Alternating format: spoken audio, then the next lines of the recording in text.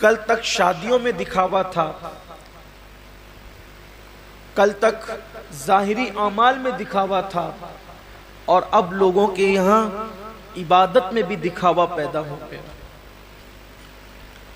اور خاص طور پر قربانی کے موقع پر یہ چیزیں زیادہ دیکھنے میں آتی ہے کہ لوگ دکھاوا زیادہ کرتے ہیں، اور لوگ اس پر گفتگو کرتے ہیں کہ اس کا جانور اتنے میں آیا اور اس کا جانور اتنے میں آیا۔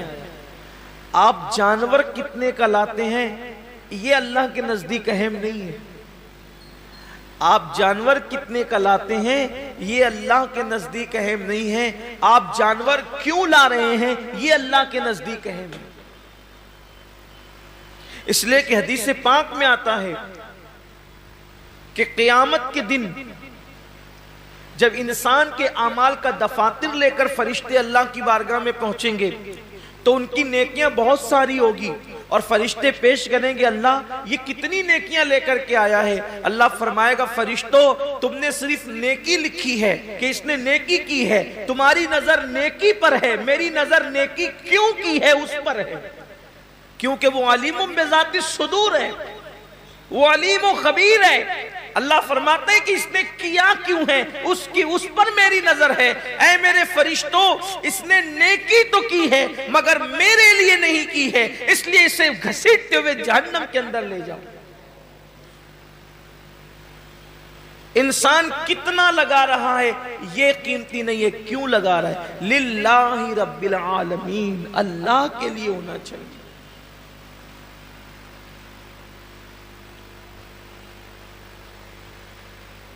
ایک مقام پر قرآن کہتا ہے کہ اللہ کے بارگاہ میں تمہارا خون اور گوشت نہیں پہنچتا قربانی کا۔ سورہ حج میں اللہ کا ارشاد ہے کہ تمہارا گوشت اور خون اللہ تک نہیں پہنچتا، اللہ تک تو تمہاری دلوں کی نیتیں پہنچتی ہیں، تمہارے دلوں کا تقوی پہنچتا ہے۔ میرے پیارے آقا صلی اللہ علیہ وسلم کے پیارے دیوانوں، آج کل قربانی اللہ ماشاءاللہ اس لیے بھی لوگ کرتے ہیں کہ گوشت کھانے ملے گا۔ گوشت تو ملنا ہی ملنا ہے، گوشت نے جانا کہاں ہے؟ گوشت جائے گا کہاں؟ گوشت تو کھانے، لیکن نیت تو اچھی کرو۔ ہمارے بزرگوں نے فرمایا کہ اعمال سیکھنے سے پہلے اعمال کی نیت سیکھا کرو، اس لیے کہ مومن کی نیت اس کے عمل سے افضل ہے۔ نیت المؤمن خیر من عملہ، مومن کی نیت اس کے عمل سے افضل ہے۔ آپ نے کبھی سوچا کہ ایک کافر 20 سال کفر کر رہا ہے پھر بھی وہ قیامت تک جہنم میں، 20 سال ہی نہیں بلکہ سال بھر بھی کفر کرے تو بھی جہنم میں، 6 مہینہ بھی کافر رہے تو بھی جہنم، اسی حالت پہ مرا تو جہنم میں، ایک دن بھی کفر کیا اور وہ کفر پہ مرا تو جہنم میں کیوں ہے؟ اور مومن ایک دن مومن ہے اور ایمان پہ خاتمہ ہوا تو جنت میں کیوں ہے؟ عمل کی وجہ سے نہیں بلکہ نیت کی وجہ سے۔ کافر کفر پر اس لیے مرا کہ جب تک زندہ رہتا کفر پر رہتا، اس لیے ہمیشہ جہنم میں نیت کی وجہ سے، اور مومن جنت میں اس لیے ہے کہ جب تک دنیا میں رہتا ایمان پر رہتا، ایمان پر رہنے کی نیت اس کو ہمیشہ جنت میں رکھ رہی ہے۔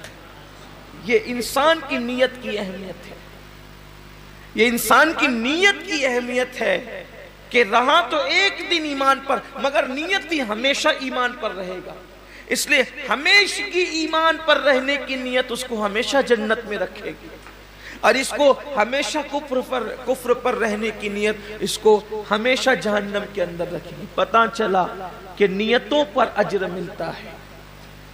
تو آج مومنوں کو، مسلمانوں کو نیت درست کرنے کی، جانور خریدو تو کتنا گوشت نکلے گا یہ دیکھ کر مت خریدو، بلکہ یہ اللہ کے نزدیک قبول ہوگا یا نہیں قبول ہوگا یہ دیکھ کر کے خریدو۔ آج گوشت ہی سب کچھ ہو گیا، اس لیے قربانی کی جو برکتیں ملنی چاہیے وہ برکتیں نصیب نہیں ہو رہی ہیں۔ آج میں تھوڑا سا اس پر گفتگو کرنا چاہتا ہوں، نیت پر۔ نیت کا بڑا عمل دخل، جیسی نیت ہوگی، آپ نے سنا ہوگا جیسی نیت ہوگی ویسی برکت ہو۔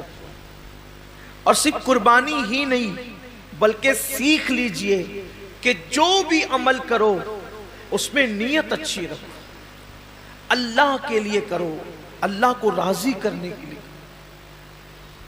کوئی اور نیت نہ ہو، خدا کی رضا ہو، رضا الہی کے لیے۔ حدیث پاک میں آتا ہے کہ بنی اسرائیل میں ایک شخص تھا،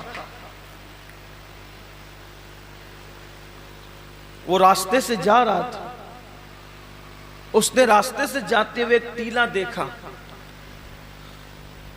تو لوگ شاید محتاج تھے اس دور کے یا اس علاقے کے، اس نے سوچا کہ کاش اگر میرے پاس ٹیلے جتنا سونا ہوتا تو میں محتاجوں میں تقسیم کر دیتا۔ یعنی اس نے دل میں نیت کی، بس اللہ نے اس دور کے نبی پہ وحی فرمائی، اس سے کہہ دو کہ یہ ٹیلا سونا خیرات کرنے کا ثواب پا چکا، یہ ٹیلا سونا خیرات کرنے کا ثواب پا چکا۔ کیوں؟ اس نے نیت کی ہے۔ اور اگر بندہ سوچے کہ اگر میرے جیب میں پیسے ہوتے تو میں شراب پیتا، اور واقعی اگر ہوتے تو وہ پی لیتا، نیت کی اس نے، تو شراب پیے بغیر اب اس کو شراب پینے کا گناہ لکھ دیا جائے، اس لیے کہ وہ تو ہے ہی اس عمل کے کرنے کا مکمل طور پر اس نے عازم ہے، وہ اس نے عزم کیا ہے، لیکن چونکہ اس کی مجبوری ہے کہ اس کے پاس پیسے نہیں ہیں، اس کے پاس اسباب نہیں ہیں، یعنی کسی عورت کو دیکھے اور چند لوگ وہاں پر موجود اور انسان دل میں سوچے کہ اگر یہ مجمع نہ ہوتا، یہ بھیڑ نہیں ہوتی، یہ رکاوٹ نہیں ہوتی تو میں اس کے ساتھ بدکاری کرتا، فرمایا گیا اس کا شمار زانیوں میں ہوگا، اس لیے کہ اس نے مکمل عزم کیا ہے۔ اگر وہ رکاوٹ نہ ہو تو وہ کر گزرتا۔ تو وہاں نیت پر نیکی بھی مل رہی ہے اور نیت پر گناہ بھی مل رہا ہے، یعنی نیت سے مراد عزم گناہ پر گناہ بھی مل رہا ہے۔ میرے آقا صلی اللہ علیہ وسلم کے دیوانوں، تو اللہ کے لیے بہت ساری عبادتیں انسان اللہ کے لیے نہیں کرتا، دکھاوے کے لیے کرتا ہے یا کسی اور نیت سے کرتا ہے، تو نیکی کر کے بھی وہ نیک نہیں ہوتا، بلکہ وہ اپنے ذوم میں اپنی فکر میں نیکی کر رہا ہوتا ہے، لیکن اس کا شمار گناہ کرنے والوں میں ہوتا ہے۔ جیسا کہ ایک حدیث پاک ہے، اس کے راوی حضرت سیدنا ابو ہریرہ رضی اللہ تعالیٰ عنہ ہے۔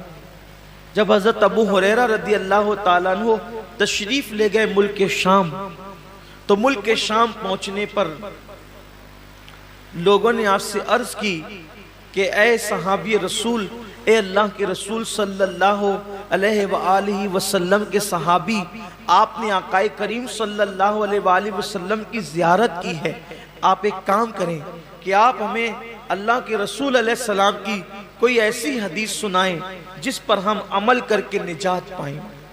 اب بہت دھیان سے سننا آپ لوگ بھی، کہ سننے والے بہت طویل بات نہیں سن رہے تھے، بلکہ کوئی مختصر اور بہت جامع انہیں کوئی مضمون چاہیے تھا۔